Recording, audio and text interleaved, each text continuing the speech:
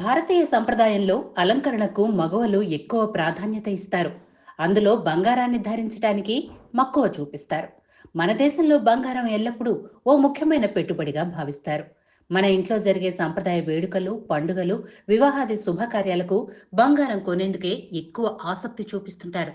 ఇదే సమయంలో మార్కెట్లోకి వచ్చే సరికొత్త డిజైన్స్ జ్యువెలరీని కొనేందుకు మహిళలు ఎక్కువగా సమయం కేటాయిస్తుంటారు. అలాంటి ఇంతగా ఇష్టపడే బంగారం ధరలు మాత్రం కుదురుగా ఉండవు.